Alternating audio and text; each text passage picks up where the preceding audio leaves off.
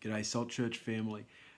I'm praying that you're all keeping well and traveling as best you can through this ever-changing situation we've got unfolding with the coronavirus and whatnot throughout our community.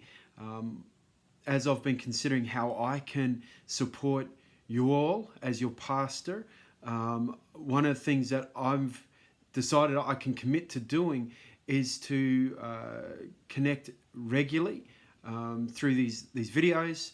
I'm going to put up a little touch base video every day for the next as long as is needed to be able to just touch base, connect, share whatever information I've got with you guys, and just share a little bit of the things that I've been learning from the Lord every day, as just way of keeping us all connected and being able to share and encourage maybe that we look for new ways of communicating with each other and staying connected as we embrace this new idea or this newly evolved idea of social distancing. And so a few things just off the bat that I'd like to communicate about the Sunday gathering of SaltChurch.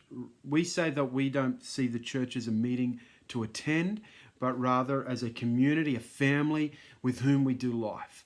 And but as such, as a family, we do love to get together on Sundays and hear from Dad, God, celebrate through song, connect with each other through fellowship. But we see that as one expression of church community, one of many expressions of the church, or many opportunities the church has to be family together. That being said, with things evolving the way they are, we're going to put a few things in place that will allow us to continue to gather on Sunday for at least this coming week. And we're going to reevaluate week after week based on the advice given by the appropriate health authorities on what is wise for our community's well-being and for the well-being of the broader community that we're a part of. And so this Sunday, instead of meeting inside the school hall, we're going to meet outside in the undercover area. We're going to bring out some chairs. We're going to seat non-family members, so people who don't live in a household together. We're going to encourage you all to sit separated from each other by about 1.5 meters, so that there's a little bit of social distancing going on. We are going to still open the Word together. We'll still sing some songs together. One pretty significant thing that we won't be doing is we're actually going to just hit pause on our mid-gathering break, I suppose. Normally we sort of stop halfway through after the Word, before the singing, to have morning tea together, to have a cuppa, share some food. We're actually just going to skip over that for this weekend at least.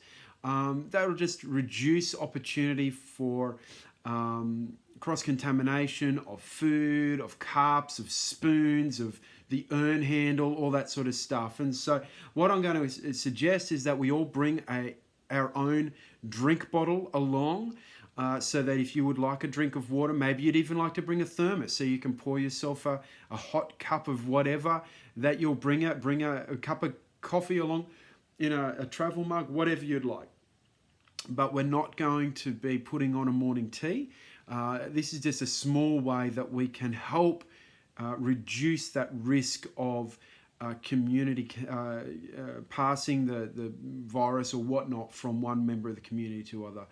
Not that I expect that that's going to be a problem, but we're better to be safe than sorry. So the other advice I'm going to give is that if you happen to be in a high-risk category, so someone who's over 65, someone who has a very young child, maybe that you've got some sort of lung condition, any of those sorts of things that mean that if you were to contract COVID-19, that you'd be at a higher risk of it being really unhelpful for you. then I'm going to suggest that you exercise personal wisdom in deciding whether it's best for you to continue gathering with your church community for the next little while, or whether you're better off taking some time to fellowship with your family at home, time in the Word on that Sunday. But whatever it might, maybe you're someone who cares for someone in one of these high risk categories. Again, I'd like to encourage you to consider, is it best for you to be coming along?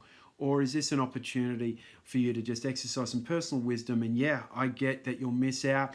We'll miss you too, but we'd rather you be healthy and be safe than the alternative. And so that's my encouragement to you. I'm going to just always say, don't trust my wisdom. Don't even trust the advice of the internet. If you're concerned, consult the appropriate health professionals, Queensland Health, the government websites for the latest advice. All of that being said, we've got two choices that we can make during a time of community disaster like this. We can focus our attention on fear, on the brokenness, on what's going wrong, or we can consider how could God work in this space to bring about redemption, healing, and something new. We say it in SaltChurch all the time, is this a but God moment? Like at the end of Genesis, when Joseph is revealing his true identity to his brothers who betrayed him into slavery, tried to have him killed, ruined his life. Then it turned out to be extraordinary blessing to Joseph.